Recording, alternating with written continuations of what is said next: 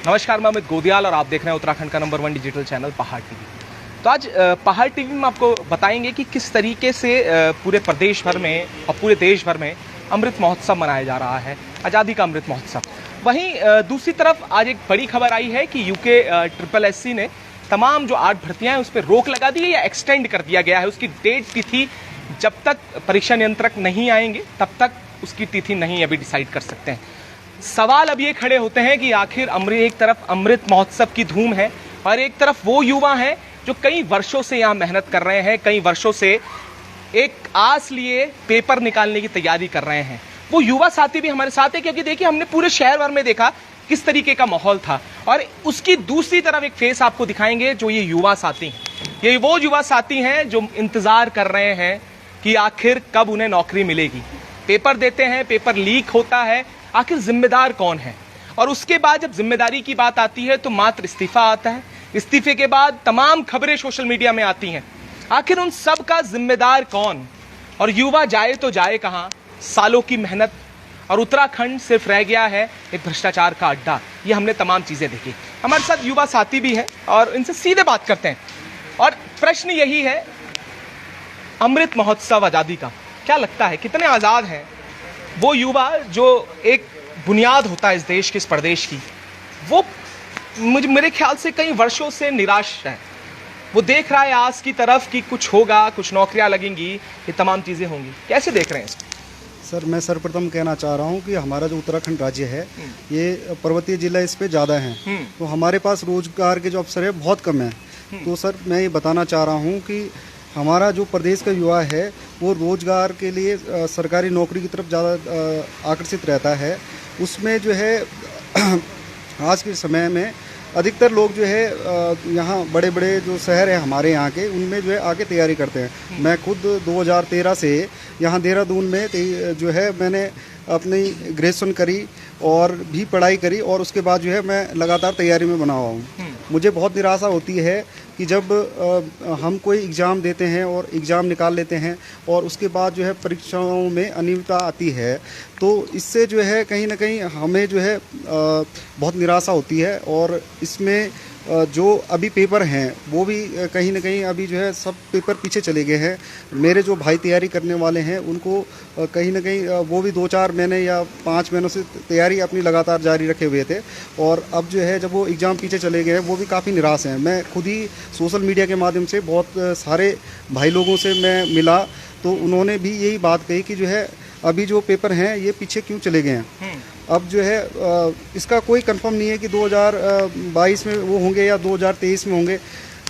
तो जब चुनाव आएंगे तो शायद तब तक वो पेपर हो पाएंगे और जब वो पेपर होंगे उसके बाद कोई गारंटी नहीं कि उसमें जो है कोई गड़बड़ी नहीं होगी और उस पेपर को फिर जो है किसी राजनीतिक अवसर का शिकार नहीं होना पड़ेगा।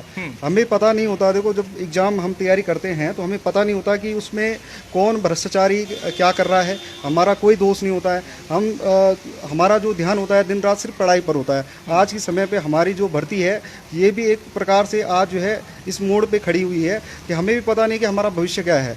अब हम जो है इस ओर भी देख रहे हैं कि हमें जो है नए अवसर भी, मैं खुद दिव्यांग आदमी हूँ और मैं देखता हूँ 5 साल में एक बार जो है कोई भर्ती में जो है हमारे लिए अवसर बनता है। ना तो क्लर्क में क्योंकि टाइपिंग से रह जाते हैं, फिजिकली जो भी आते हैं उस पर भी रह जाते हैं। तो हमारा ध्यान होता है कि हमें जो है कोई जो है ऐसी भर्ती आए जिसमें हमें अवसर मिले। अभी फ़िलहाल जो भर्तियाँ हैं मुझे खुद जो है उम्मीद है कि जो है LT की भर्ती आएगी। LT मेरा B.Ed है तो मेरा CTET भी क्वालिफाई है और मुझे लगता है कि अगर ये आ जाती तो हमें एक अवसर मिलता। पर यहाँ तो जो LT वाली भर्ती है उसका अभी तक कुछ निर्णायक मोड़ आया नहीं है। और अब क्या सरकार जो है जब तक ये 2022 तक इसको पूरा करेगी उसके बाद 2023 में शायद जो है विभाग जो है इसमें कुछ जो है अध्याचन आयोग को भेजेगा और तब जाके 2024 में कहीं जो है ये भर्ती आएगी और हमारी उम्र जो है लगातार जो है कहीं ना कहीं बढ़ती जा रही है। ये सवाल बहुत बड़ा है। देखिए अभी जो पूरी जांच चल रही है, वीडियो वीडियो प्रकरण चल रहा है और ये अभी अगर मैं बात करूंगा तो सोशल मीडिया में तमाम लोग हैं इसका विरोध भी कर रहे हैं। मेहनती छात्र ये लगातार कह रहे हैं कि उन्हें ज्वाइनिंग मिलनी चाहिए। वहीं दूसरी और वो भी छात्र हैं जो कह रहे हैं कि ये निरस्त होनी चाहिए। पर देखिए सवाल ये है कि जिम्मेदार कौन है और जिम्मेदारी किसकी है? आखिर सरकार पूरा विज्ञापन निकालती है, उसके बाद आउटसोर्सिंग कंपनियों को ये पूरी तमाम कार्य दे दिए जाते हैं। सवाल देखिए यहाँ पर सबसे बड़ी बात है, पूरे उत्तराखंड में आउटसोर्सिंग के नाम पर जो अभी पूरा मायाजाल रचा जा रहा है, हमने लगातार ये देखा कि किस तरीके से आउटसोर्सिंग कंपनीज युवाओं से पैसे लेती है, उसका ज्वाइन करवाती है, और बड़ा खुलासे पूर्व में भी हुए हैं इसको लेकर। तो क्या कितनी संभावनाएं हैं कि ये सही तरीके से कार्य कर पाएंगे या भविष्य में कर पाएंगे? सर, एक सवाल है, जिम्मेदार आखिर कौन है? ये एक भर्ती का मामला मैं नहीं कह रहा हूं, ये पहली भर्ती नहीं है जिसमें आज चाहिए जांच की बात हो रही है। इससे पूर्व में भी भर्तियां हुई, सब पर आरोप लगे, सब पर जांच हुई, और लगातार ये आया हुआ है। एक नेताजी के बयान भी आए, पूर्व मुख्यमंत्री थे, उन्होंने कहा कि आयोग को भंग कर देना चाहिए, और वो वही व्यक्ति थे जिन्होंने इस आयोग का भवन में उद्घाटन किया, उन्होंने ही ये तमाम चीजें रखी, पर आज वो बात डालते हैं आयोग को भंग कर देना चाहिए, ये भ्रष्टाचार में लिप्त है। एक दोहरा चरित्र तमाम नेताओं का, किस तरीके से देखते हैं? सर, ये दोहरे चरित्र के बारे में तो अब हम क्या बताएं, हम तो स्टूडेंट हैं, हमारा तो एक ही चरित्र है। दोहरे चरित्र जो है हो सकता है कि नेताओं का होगा, पर छात्रों का एक ही चरित्र होता है।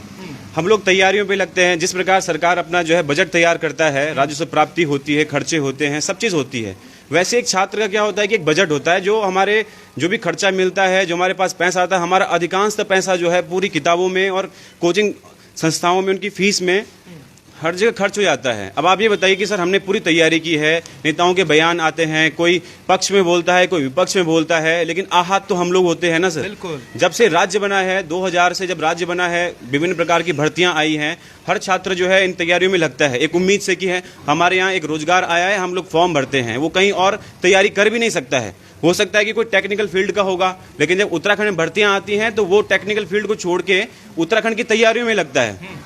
सर, जब हम एक बड़ा फैसला लेते हैं और अपनी जो है जो डिप्लोमा हमारे पास सर्टिफिकेट होते हैं उनको नकारते हैं, हम बोलते हैं कि उत्तराखंड में हमें सर्विस करनी है, और हम तैयारी में आ जाते हैं।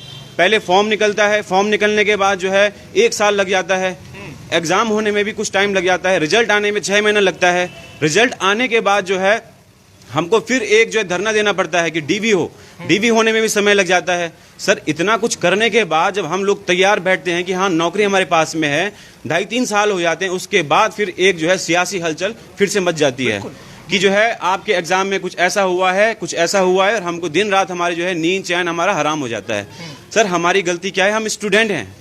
एक तरफ जो है आज़ादी का अमृत महोत्सव चल रहा है ना, 75वीं वर्षगांठ को जो है सेलिब्रेट करने के लिए पिछले साल से चल रहा है, मार्च से चल रहा है, जो अगस्त 2023 तक चलेगा। ये आज़ादी का अमृत महोत्सव मना रहे हैं, ये किसके लिए मना रहे हैं? आपको पता होगा कि भाई जो है, जो हमारे पहले के जो लोग हैं जिन्होंने सेक्रीफाइस किया है, संस्कृति है, जो विरासत है, उसको सेलिब्रेट करने के लिए है। लेकिन कल के दिन जो है हम लोग भी तो एक जो है पास्ट बनेंगे। हमारा जो आज भविष्य है, जो वर्तमान में जो पीढ़ी है, हमारा क्या हो रहा है? सर, कुछ नहीं हो रहा है।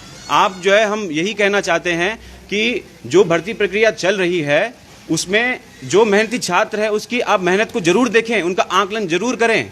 हमको इग्नोर अगर आप कर रहे हैं तो मतलब आप मेहनत को इग्नोर कर रहे हैं। हमें इग्नोर बिल्कुल ना किया जाए, छात्रों की मेहनत को देखा जाए। हम हर वर्ग के छात्र हैं, दिव्यांग भी हैं, महिलाएं भी हैं, आर्थिक रूप से कमजोर छात्र भी हैं, ईडब्ल्यूएस वाले भी हैं, और हर वर्ग के छात्र हैं। हम लोगों ने इस एग्जाम में एंट्री मारी ताकि हमारा जो है परिवार एक अच्छे लेवल पे आए, लेकिन आज हम इस स्थिति में खड़े हैं कि हमें पता नहीं चल पा रहा कि हम करें क्या। हमारा लोअर पीसीस के एग्जाम थे, अब बहुत सारे लोग बोलते हैं कि दोबारा एग्जाम हो जाएगा तो हम लोग जो है कर लेंगे। मैं तो अपनी बात कर रहा हूं कि जो एग्जाम हो रहे हैं लोअर पीसीस में हमारे निकले हुए थे, लेकिन वीडियो डीवी हो गई, हम बिल्कुल नहीं पढ़ पा रहे हैं। पढ़ना बहुत मुश्किल है। जितना आप जो है इंसान एक जो है भावात्मक होता है तो कैसे हम तैयारी कर लें। ऐसे बहुत सारे वर्ग के हैं यहाँ पे जिनके बहुत सारे एग्जाम है, लेकिन वीडियो के चक्कर में कोई तैयारी हमारी हो नहीं पा रही। हमारा बहुत जो है मानसिक तनाव में भी रहते हैं। एक तो जो है दिन प्रतिदिन जो है सर मीडिया में, अखबारों की कटिंग में, यहाँ तक कि जो प्रतिष्ठित अखबार हैं वो भी ऐसी हरकतें करते हैं जिनकी जो है मतलब हम कल्पना भी नहीं कर सकते हैं। एसटीएफ जो है जहां से आपको रिपोर्ट मिल रही है, मीडिया वालों को रिपोर्ट मिल रही है, जब एसटीएफ जो है एक भाई इस टाइम जांच एजेंसी कौन है? एसटीएफ है ना। सीबीआई के पास तो दे नहीं रखा है या मीडिया वालों के पास दे रखा है। ये जो जानकारी जो भी आती है, ये इसका जो लीगल सोर्स है जहां से जानकारी मिलनी चाहिए वो एसटीएफ है। जब एसटीएफ से जानकारी आ रही है, एसटीएफ बिल्कुल जब रिपोर्ट आती है उसी हिसाब से बोलता है, लेकिन अखबारों में पहले ही छप जाता है 500 लोग पाए गए फर्जी। भाई कहाँ से मिल गए? एसटीएफ से एक बार जाके पूछ तो लो। एसटीएफ बार बार चिल्ला के बोल रहा है कि आप इस तरीके की बयानबाजी ना करें, फिर भी सुधरने का नाम नहीं ले रहे हैं। मैं ये कह रहा हूं कि यहाँ पे मीडिया वाले कुछ कुछ ऐसे हैं, बहुत अच्छे हैं, अच्छे से अपनी जो है पत्रकारिता कर रहे हैं, लेकिन कुछ कुछ ऐसे हैं जो इस चीज़ का गलत फायदा उठा रहे हैं। वो पता नहीं उनको टीआरपी चाहिए, क्या चाहिए मुझे पता नहीं है, पर हमें जो दिख रहा है कि यहाँ पे पीठ पत्रकारिता बहुत ऊंचे लेवल पे चल रही है। पीठ पत्रकारिता को जो है थोड़ा सा कम करें, और जो है देखो सच छुपता नहीं है, वो कभी छुपेगा भी नहीं, जो सच होगा वो सामने आएगा, पर लेकिन पीठ पत्रकारिता भी हमसे नहीं छुप रही है, वो अपने चरम पे है। इसे कंट्रोल करना आप लोगों का काम है, प्लीज आप इस पे ध्यान दीजिए। और चयनित छात्रों का जो है आप मानसिक दशा देखिए एक बार, हम कितने परेशान हैं, ये सत्य है, इसको कोई छुपा नहीं सकता है। यहाँ तक कि मैंने देखा कि जो है 45-50 नंबर वाले आंदोलनों की लीड कर रहे हैं। कैसे आप बताओ 55 नंबर वाला आंदोलन के लिए तैयार हो रहा है, महा रैली करेंगे, कैसे 55 नंबर वाला कर सकता है? उसके अंदर ऐसा कॉन्फिडेंस कैसे आ सकता है? हम तो 75-80 वाले नंबर वाले बच्चे हैं, हमारे अंदर उतना कॉन्फिडेंस नहीं आ रहा, लेकिन 55 नंबर वाले 45 नंबर वाले नेता बने हुए हैं। तो सर आप बताओ सर, ये कौन से नेता हैं सर? इस तरह की नेतागिरी करनी अच्छी बात है सर, जब आपके नंबर ही उसी लायक नहीं है? तो ऐसे बहुत सारी चीजें हैं, अलग अलग चीजें, हम परेशान हो रहे हैं डेली, पीठ पत्रकार से परेशान हो रहे हैं, इनके आंदोलन जो है कर रहे हैं 45 नंबर वाले, है ना? तो सर यही कहना चाह रहे हैं कि प्लीज हमारा थोड़ा ध्यान रखा जाए, हमारी मानसिक दशा को देखा जाए सर। नहीं, बिल्कुल बिल्कुल एक सवाल है। देखिए, ये तो जांच का विषय है कि कितने लोग होंगे, अभी कोई संख्या देने से एसटीएफ ने मना किया है, पर सवाल अभी ये देखिए कि ये युवा सिर्फ राजनीति का एक हिस्सा बन चुके हैं। विपक्ष सवाल उठा रहा है, सरकारें बात कर रही हैं, पर इन लोगों का क्या, जिन्होंने मेहनत की है? सवाल ये है, जिन्होंने मेहनत की है, जिन्होंने पेपर लीक किया है, जिन्होंने पेपर खरीदा है और तमाम चीजें जो एसटीएफ लगातार धरपकड़ कर रही है उनके लिए कोई हमें इस तरीके की भावना नहीं है, पर उन लोगों के लिए जो मेहनत कर रहे हैं वो कहां जाएंगे? ये राजनीति का शिकार हो रहे हैं। राजनीतियों में लगातार आता है सिंबल साहब, लगातार बयान आ रहे हैं राजनेताओं के, कोई कुछ कह रहा है, कोई विपक्ष में आपकी आवाज उठा रहा है, कोई मेहनती छात्र के लिए बात कर रहा है, भर्तियों की अलग अलग बात हो रही है, अलग अलग 8 भर्तियों पर रोक की बात हो रही है। देखिए, रोक इस समय मैं कहूंगा जब तक नहीं है, क्योंकि 6 महीने से 8 महीने से जो परीक्षा नियंत्रक थे वो नहीं थे। ये आप सवाल है, उससे पूर्व में भी परीक्षा कराई गई, तो अचानक ऐसा क्या हुआ कि ये जांच जब से शुरू हुई है उसके बाद सारी चीजें बदल रही हैं। आयोग भी अलग निर्णय ले रहा है, अलग अलग बयान भी आ रहे हैं, ये सवाल अपने आप में गहराता जा रहा है, और मात्र जो लोग हैं वो अब उनकी टेंशन्स बढ़ती जा रही हैं, जो युवा है वो टूटता हुआ नजर आ रहा है। क्या कहेंगे इस पर? सर सबसे पहले जो है आयोग जो है आज डेट में जो है आयोग है या कोई भी जो है सरकार है, विपक्ष है, कोई भी हमें जो है श्योर नहीं कर रहा है कि आपका भविष्य क्या होगा। दूसरी ओर जो है एक जो है पक्ष विपक्ष वाली छात्रों के विचार भी आपस में बंटे हुए हैं। आज जो है एक छात्र से एक छात्र ही लड़ रहा है, जो दिखने में आ रहा है कहीं ना कहीं एक तरफ जो है एक तबका है जो पक्ष और विपक्ष का काम हो रहा है, तो उसमें कहीं ना कहीं हम लोग जो हैं आपसी जो हमारे मुद्दे हैं उन्हीं में भिड़ रहे हैं।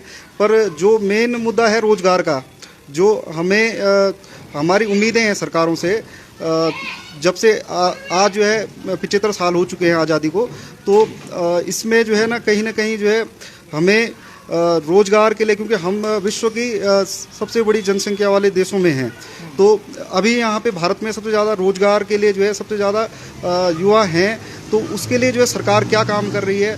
भर्तियाँ आ रही है, और भर्तियों में भी ऐसी जो है जैसे भर्तियाँ पीछे जा रही है, या जो भर्तियाँ अभी हैं, जितनी भी भर्तियां हैं, फॉरेस्टर की है, एलटी की है, और प्रवक्ता की है, सचिवालय रक्षक की है, बीडीओ बीपीडीओ है, खनिज सहायक है, चलो एक भर्ती को आपने चलो जो भी है उसका मामला है हमारा, पर और भर्तियों में उनमें भी अभी तक ज्वाइनिंग नहीं हुई है। हम अपना ही पक्ष नहीं रख रहे हैं, हम कह रहे हैं कि जो भर्तियां जो है अभी तक जो है जिनमें डीबी हो चुका है, जिनका डीबी होने वाला है, उन भर्तियों में भी अभी तक कुछ जो है कुछ नहीं हो रहा है। तो फिलहाल जो है इसमें कहीं ना कहीं जो है हमें जो है हम जैसे युवाओं को निराशा जो है हाथ लग रही है। और मैं कहीं ना कहीं जब सोशल मीडिया में जुड़ा रहता हूं तो बहुत से लोग, बहुत से बच्चे जो है कहीं ना कहीं निराश दिखते हैं। जो सरकार की अभी जो कहीं ना कहीं इसमें जो अभी फैसले हैं उससे कहीं ना कहीं अभी जो आने वाली भर्तियां थी चुनाव के बाद जो है लगातार अभी वही भर्तियां नहीं हुई है जो चुनाव से पहले जो है कराई गई थी, और उसमें अभी फिलहाल जो है जो अभी नया तैयारी में जो लगा हुआ बच्चा है उसे उम्मीद है कि आने वाली जो भर्तियां हैं वो कब आने वाली है। मुझे जहां तक सूचना है कि जो है एलटी में ही 10,000 पद जो है रिक्त पड़े हुए हैं, विभागों ने सूचना दी है, पर अभी तक जो है वो जो पुराने जो भर्तियां हैं वही पूरी नहीं हो रही है। तो नए जो जितने भी है आने वाले जो है क्लर्क में है या कोई भी और पद हैं जिनमें भर्तियां आ सकती है, उनको जो है जब ये पूरी नहीं होगी तो आने वाली भर्तियां कैसी होगी। नहीं, ये सवाल बहुत बड़ा है। देखिए, आयोग के पास अपने कितने कर्मचारी हैं ये भी अपने आप देखने वाली बात, नियमित कितने कर्मचारी हैं वो भी एक समझने वाली बात है। और जो आयोग जिस समय अपनी ही आयोग में भर्तियां नहीं करवा पा रहा है, वो किस तरीके से भर्तियां कराएगा ये भी सवाल है। और आखिर इन युवाओं का क्या, और आने वाली भर्तियां कितनी सही होंगी और किस दिशा में होंगी ये भी समझने वाली बात होगी। और कब ये युवा जो हैं सही तरीके से पेपर देके आगे बढ़ पाएंगे और कब तक ये पेपर जो लीक का दंश है ये युवा झेलता रहेगा। और तमाम ये छात्र हैं, आप देख सकते हैं, मैं कैमरामैन को बोलूंगा, ये वो लोग हैं। देखिए, जांच होनी चाहिए, जांच के लिए आप सीबीआई जांच कराइए, आप एसटीएफ से जांच करा ही रहे हैं, अगर लगता है तो आगे भी जांच होनी चाहिए। उन तमाम लोगों की होनी चाहिए, उन्हें सजा भी मिलनी चाहिए कि आगे से कभी ऐसा ना हो और ये छात्रों को इंसाफ मिल सके। और इंसाफ कैसे होगा, कब तक मिलेगा और कब तक ये छात्र जो है इंतजार ही करेंगे और कब तक, क्योंकि उम्र निकली जा रही है और उम्र के बाद हमने देखा कि किस तरीके से कांस्टेबल में भी यही हुआ है, 7 साल के बाद भर्ती आती है, उसके बाद इंतजार। और उत्तराखंड में अगर हम बात करेंगे तो रोजगार के नाम पर सिर्फ इंतजार इन युवाओं को करना पड़ रहा है और आखिर कब तक करना होगा ये भी देखने वाली बात है। तो इन युवाओं का क्या होगा, इनका भविष्य कहाँ है, ये सरकार को भी समझना होगा, जवाब देना होगा इसको लेकर। और किसी ने कुछ अपनी बात रखनी है तो जरूर आप आगे अपनी बात रख सकते हैं।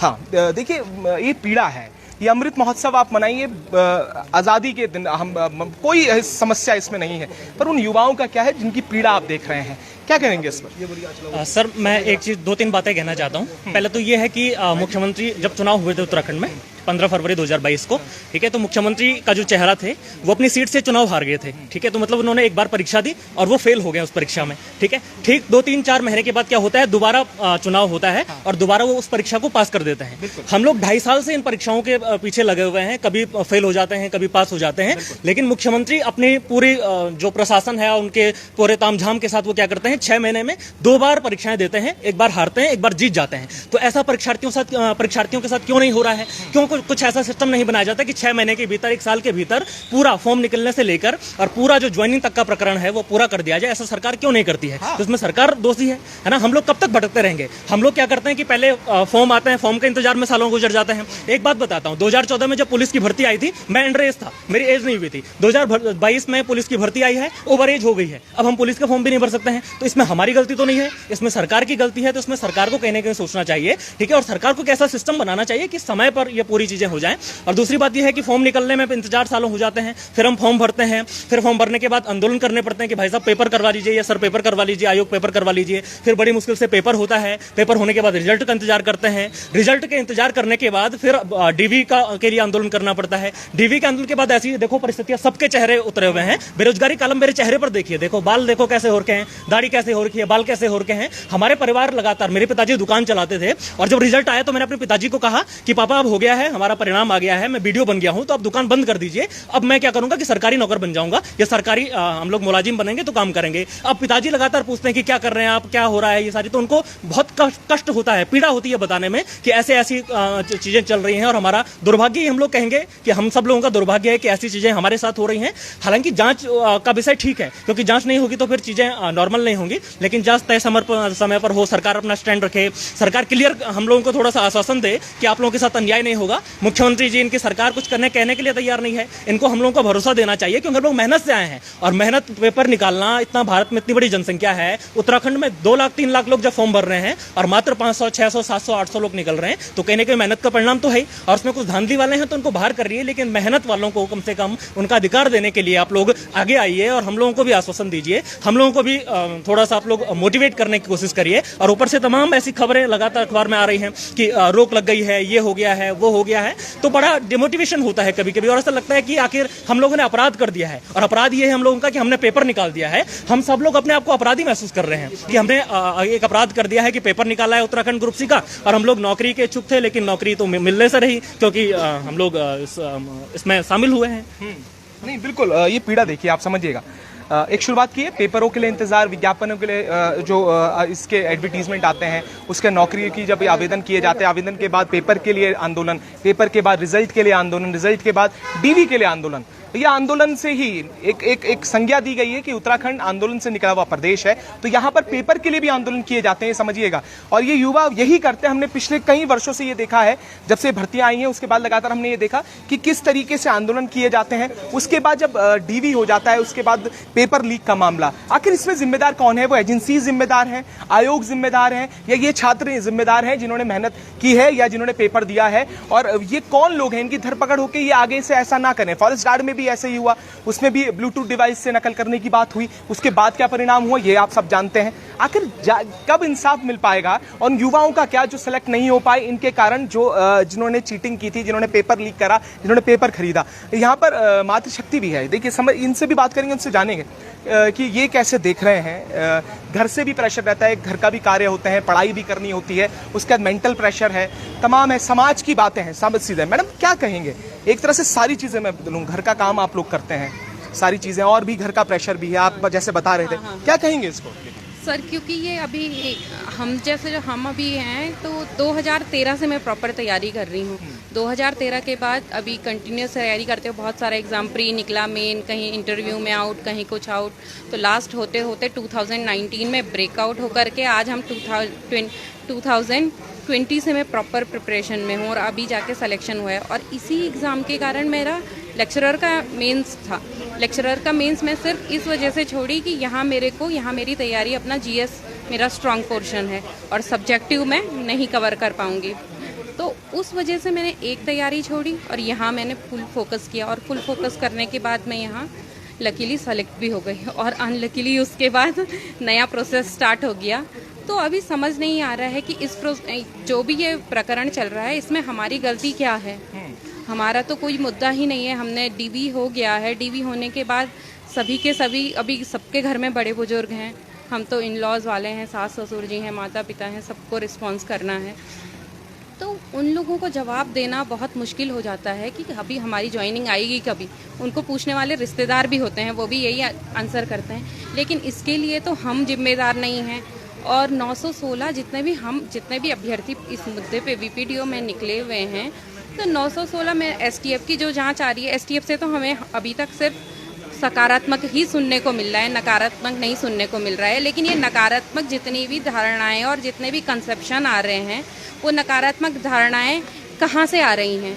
स्टूडेंट ही अगर ऐसी नकारात्मक विचार करने लगेगा या ऐसी बातें बोलने लगेगा, तो आगे, आज हम सेलेक्टिव कंडीशन में हैं, कल वो भी हमारी कंडीशन पे होंगे, ठीक है ना? और उनके साथ कोई ऐसा करेगा तो वो भी इसी पीड़ा से गुजरेंगे, और इस पीड़ा से गुजरने के बाद वो भी, तो हर कोई चाहता है ज्वाइनिंग देना, और वो भी इतने छोटे राज्य में ज्वाइनिंग 2015-16 के बाद मुश्किल से अब जाके इतने बड़े लेवल पे आ पा रही हैं। ये तो बरसाती मौसम, चुनाव के साथ जैसे बरसाती होता है ना, बरसाती मेंढक निकलना, वैसे नौकरी बरसाती हो गई है, इस तरीके से नौकरी निकल रही है, और उसमें भी सिलेक्शन नहीं है। तो ये किसका मुद्दा है? ये हमारा मुद्दा नहीं है। हमारा जब एक बार डीवी हो गया है, हमसे, मुझे लगता है जेई वाले एग्ज़ाम में इससे पहले यही हुआ है कि उनको एफिडेविट के साथ ज्वाइनिंग कराई गई है, बिल्कुल करवाई गई है, और वो आज भी भले ही वो इस डर में जीते हैं कि पता नहीं हमारा होगा या हमारा मुद्दा आगे क्या होगा। मेरे कोई नोन बंदी है, नोन लड़की है, उसके थ्रू में ये बात मुझे पता चली थी। लेकिन सेम प्रोसेस हमसे करवा लो, क्योंकि हम तो फेयर मीन से आए हैं, तो हम नहीं जानते हैं कि अनफेयर मीन से तो कौन आया। इतने हम यहाँ पे कलेक्टिव हो रहे हैं, और सबके सब, कोई काशीपुर में दे रहा है, कोई नैनीताल, कोई चमोली डिस्ट्रिक्ट, सभी जगह हम ज्ञापन दे रहे हैं। तो हम इतने बच्चे तो फेयर तो हैं ही, 500-600 अगर इतनी भी हैं, तो एक बच्चा भी अगर फेयर है तो उस बच्चे को जॉब मिलनी चाहिए, क्योंकि एक बच्चे की मेहनत बहुत बड़ी है। मेरी मेहनत तो मैं ही जानूंगी मैंने कैसे मेहनत किया है। मेरी एक बेटी है 3 साल की, तो ऐसी सिचुएशन के बाद उभरना बहुत बड़ी बात है, और वो भी ऐसे स्टेट में जहाँ वुमेन्स का अपग्रेडेशन होना बहुत, मतलब हम ऐसे परिवारों से आते हैं जहाँ पे हमारे पेरेंट्स गर्ल्स को प्रमोट करने के लिए बहुत मेहनत करनी पड़ती है, ठीक है ना? तो उस हिसाब से अगर हमसे एफिडेविट साइन करवा लो, लेकिन ज्वाइनिंग तो दो, क्योंकि हमारे पास ऑप्शन ही नहीं है अभी। एक अब जाके पटवारी वाला एग्ज़ाम, एक लेखपाल है, वो जाने कब होगा, क्योंकि अभी कैंसिल, रोक लगा दी है, तो उसका गारंटी नहीं है। अब इसके बाद जाने कब जा करके प्रवक्ता भर्ती आएगी और हम प्रवक्ता भर्ती के लिए, क्योंकि मेरा ऐसा है, मैं एक सेलेक्टिव पोस्ट भरती हूँ, मैं कनिष्ठ सहायक के लिए नहीं भरी थी क्योंकि वहाँ मुझे लगा था मैं टाइपिंग में बेस्ट कंडीशन नहीं हूँ और मुझे सर्वाइकल इश्यूज़ हैं, तो मैं वो पोस्ट नहीं भरी। तो ऐसी सबकी अपनी अपनी समस्याएं हैं। तो सर यही मुद्दा है कि अभी हमारा एक बार प्रकरण अब आगे चल रहा है, वो प्रकरण चलता जाए, लेकिन हमें अगर ये हमें क्या नियुक्ति दी जाए, शपथ पत्र के साथ दी जाए, अगर जो भी गलत लगता है उसको हटा दिया जाए। और युवा मुख्यमंत्री हैं हमारे, तो उनको एटलीस्ट हमारी समस्याएं समझनी चाहिए। अगर एक युवा मुख्यमंत्री हमारी समस्या नहीं समझेंगे तो कौन समझेगा? हम तो, क्योंकि वो जनता के प्रति उत्तरदायी हैं और जनता हम ही तो हैं, कोई जनता बाहर से तो आ नहीं रही है।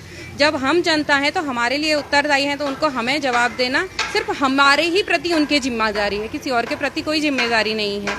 तो बस, और बाकी तो मुझे कुछ ऐसा समझ नहीं आता है। जब तक कोई बड़ा नेता से छोड़ दीजिए, अगर परिवार का मुखिया ही अगर हमको सपोर्ट नहीं करेंगे या परिवार का मुखिया ही एक स्ट्रॉन्ग डिसीजन नहीं लेगा, ये strong decision in the sense कि अगर आपको लगता है कि हम अगर फर्जी हैं तो हमको रिटर्न में लिख के दे दीजिए, हाँ भाई आप 9106 सारे के सारे इलिजिबल कैंडिडेट्स हैं and you are fire from the UKSSC exam. ठीक है, तो ठीक है भाई, हम फायर हो गए हैं, हमको बैन करो। अगर हम बैन नहीं हैं, हम लीगलाइज, अगर हम फेयर मीन से आए हैं, ठीक है, हम फेयर मीन से आए हैं, तो फिर हमें ज्वाइनिंग दो में से एक ही मुद्दा है ना, या तो हमें आउट करो या तो हमें इन करो। अगर हम तो डंके की चोट पे कह रहे हैं कि हम सही मीन से आए हैं, तो फिर हमें ज्वाइनिंग मिलनी चाहिए। बाकी सरकार देखे, वो सेग्रीगेशन करता है, हमसे एफिडेविट लेता है, जो भी करता है वो सरकार का पक्ष है, लेकिन हमारा पक्ष सिर्फ नियुक्ति है, क्योंकि हम दूसरे पक्ष के लिए तो बात ही नहीं कर रहे हैं। बिल्कुल ठीक है ना सर? ठीक है, बहुत शुक्रिया मैडम। और एक बड़ी अच्छी आपने जो बताई है, उसमें मुझे ये लगता है कि उत्तराखंड में जब भर्तियां आती हैं तो कमाने का मौसम आ जाता है। वो कमाई कैसे होती है? आपने देखा 15 लाख रुपए मिलते हैं, किसी के अकाउंट से 65 लाख मिल जाते हैं, कोई कहीं घर बना लेता है। तो ये युवाओं के लिए भर्तियां नहीं आती, ये उन दलालों के लिए, उन मीडिएटर्स के लिए भर्तियां आती हैं जो इस तरीके के कार्य करते हैं, जो पेपर लीक करते हैं, जो पेपर के सेट निकाल लेते हैं, उसके बाद भुगतना युवाओं को पड़ता है। और वो युवा कब तक चला जाएगा इस उत्तराखंड में? सवाल यही है। और यही आखिरी संदेश लेते लेते इस लाइव को भी समाप्त करेंगे कि क्या कहेंगे। अमृत महोत्सव एक तरफ और इन युवाओं की पीड़ा एक तरफ, और कौन सुनने वाला है और कौन सुनेगा? क्योंकि आज ये लोग यहाँ पर खड़े हैं, कल जो सेलेक्ट नहीं हुए वो भी यहाँ पर खड़े हो सकते हैं, उनकी भी समस्या ऐसी हो सकती है, उनकी भी हालत ऐसी हो सकती है। तो ऐसा भविष्य में ना हो, हम यही चाहते हैं, और आयोग भी सही तरीके से कार्य करे और तमाम जो एजेंसीज हैं, आउटसोर्सिंग एजेंसीज हैं, वो भी तरीके से काम करें। क्या आखिरी संदेश के साथ कहेंगे आप? सर, आखिरी में हमारा संदेश जो है 3-4 पार्टियों को है। पहली पार्टी वो है जो कोचिंग संस्थान वाले हैं, जो अभी तक जो है बच्चों को बुला रहे हैं, आओ आप जो है भ्रष्टाचार के खिलाफ लड़ाई करो। भ्रष्टाचार के खिलाफ लड़ाई में हम भी सर अग्रणी हैं। हमने जो है हर लेटर में लिखा है कि हमारी जांच हो। जिस प्रकार हमें डीबी के लिए बुलाया गया है, मैं एक खुले मंच पे बोल रहा हूं कि हम 916 बंदों को बुलाया जाए, हमारा शपथ पत्र लिखाया जाए। हम बोल रहे हैं, लिख के दे रहे हैं कि जो है किसी भी स्टेज में अगर हम दोषी पाए जाएं तो हमें उसी टाइम जो है तत्काल प्रभाव से जो है हमें पद से हटाया जाए। इसमें हम कभी भी रोएंगे नहीं। सर, आप ये देखिए सर, हम जो है बच्चे मेहनती छात्र हैं, हर जगह शर्तों पे हम ही ढल रहे हैं। हम अपनी पीड़ा भी बता रहे हैं, जिस प्रकार की जो है अग्नि परीक्षा से गुजरना है उसके लिए भी हम तैयार हैं। पर एक दूसरा वर्ग है सर, जिसके लिए हमारा संदेश है, वो वर्ग वो है जो 45-50 नंबर लेके और आज सड़कों पे उतरने जा रहा है। ये लोग जो हैं 45-50 नंबर लाने के बाद, है ना, कुछ लोग ऐसे हैं काशीपुर संस्थान से या कोई जो है कुमाऊं साइड के बच्चे हैं, कुछ लोग इंस्टीट्यूट भी चला रहे हैं, उनके नंबर 70 से नॉर्मलाइजेशन के बाद बढ़ रहे हैं, 70 के दहलीज पे खड़े हैं, फिर भी सर आंदोलन के लिए तैयार हो रहे हैं। सर आप ये बताइए सर, मेरिट लिस्ट में 1 नंबर से ना सर, 1 नंबर के गैप से 100 से 150 के बच्चे पीछे हट जाते हैं। बिल्कुल। अगर कोई बंदा 5 नंबर पीछे है मेरिट लिस्ट से सर, तो आप ये बताइए ना सर, क्या उसका जायज़ है सर? तो ये जो है बहुत सारे बच्चे हैं 45-50 नंबर वाले, इनको जो है अपने साथ बरगलाया जा रहा है, तैयारियों से भटकाया जा रहा है। हमारे जो छोटे छोटे भाई हैं उनको समझ नहीं आ रहा है। आप तैयारियों में बने रहें और ऐसे लोगों के जो है आप बिल्कुल बातों में ना आए। ये जो है इनको बहुत जो है बिल्कुल होता है ना कि मीठी मीठी बातें करके इन बच्चों को जो अपने साथ ले रहे हैं, ये सर बहुत गलत बात है। और लास्ट में सर एक अंतिम संदेश जो है वो है हमारी चुनी हुई सरकार के लिए। सर सरकार को मैं ये बोलना चाहता हूँ कि जो है उत्तराखंड की सरकार हमें सुने। हम कोई डिफरेंट नहीं है, हम पाकिस्तान के लोग नहीं हैं, हम दूसरे प्रदेश के लोग नहीं हैं, हम आपके ही बच्चे हैं। हमने मेहनत की है और उस एग्जाम में बैठे हैं जिस एग्जाम को आपने ही अध्याचन के रूप में आपने जारी किया है। तो सर ये आपकी रिस्पॉन्सिबिलिटी है। अगर इसमें धांधली भी हुई है, पकड़ भी तो आप ही रहे हैं सर। उसके बाद जो है राजू सर ने बताया है कि एक जो है जस्टिस कुरियन सर का जो है ओपिनियन है, जब एक जो है सर्वोच्च न्यायालय के न्यायाधीश भी एक ओपिनियन में कह रहे हैं कि भाई अगर जो है सेग्रीगेशन हो सकता है, व्यापक तौर पे नहीं है, तो नियुक्ति को कैंसिल करना जो है एक अच्छी बात नहीं है, ये हमारे हित में नहीं है। बजट का पैसा लगा है सर, उसमें पैसे लगे हैं और सबके पैसे लगे, संसाधन लगा है उसमें, क्या उसकी कोई भरपाई कुछ नहीं होगी सर? वो टैक्स का पैसा है, वो कहाँ से आएगा सर? वो भी तो हम लोगों ने दिया है।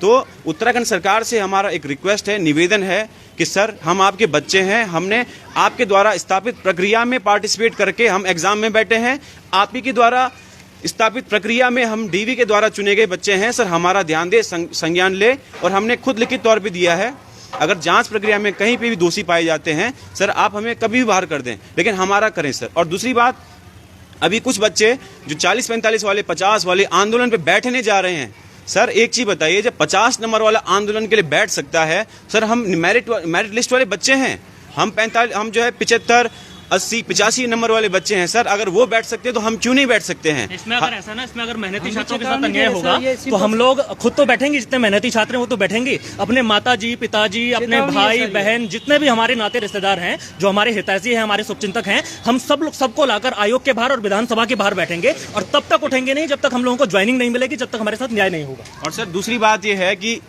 45-50 वाले नंबर वाले जो बच्चे हैं जो बिल्कुल ऐसे ही बैठ रहे, उनके अंदर हो सकता है शक्ति ना हो, वो आंदोलन में आएंगे, हो सकता है कि वो 2 घंटा बैठ के भाग जाएं, पर लेकिन सर हम लोग मेहनती हैं, हम लोग सच्चे हैं, ईमानदार हैं और हम लोग पीड़ित हैं। हम किसी भी हालत में जो है सर ये वाला आंदोलन इस टाइप से नहीं चलेगा कि 2 दिन बैठ गए, क्योंकि हमारी जेन्युइन रिक्वायरमेंट है, हम मेहनत से हैं सर। हमारे माँ बाप, हमारे जो है हर कोई आएगा, गर्भवती महिला भी आएगी और जो है बुजुर्ग आदमी भी आएगा, उसके पिताजी, हर कोई बीमार, हर कोई आएगा सर। हम बैठ जाएंगे सड़कों पे, ये मैं नहीं बोल रहा हूँ सर, सब चयनित छात्र बोल रहे हैं सर, सब परेशान हैं, ये हमारी आवाज। और हम कोई एंटी गवर्नमेंट के लिए नहीं बैठ रहे हैं सर, हम सरकार के विपक्ष में नहीं बैठ रहे हैं, हम सिर्फ बोल रहे हैं कि सर हमारे साथ जो अन्याय जो होने वाला है, जो लोग कह रहे हैं कि ये जो लोग जो है मेहनती नहीं है, ये जांच प्रक्रिया को चलने नहीं दे रहे, जांच प्रक्रिया से पहले ही बात उठा दे रहे हैं, रद्द करो सर। रद्द करना कोई सॉल्यूशन नहीं है, सरकार हमारा संज्ञान ले सर, हमारा यही रिक्वेस्ट है सर लास्ट में। ठीक है, आप सबका शुक्रिया। और देखिएगा कि एस राजू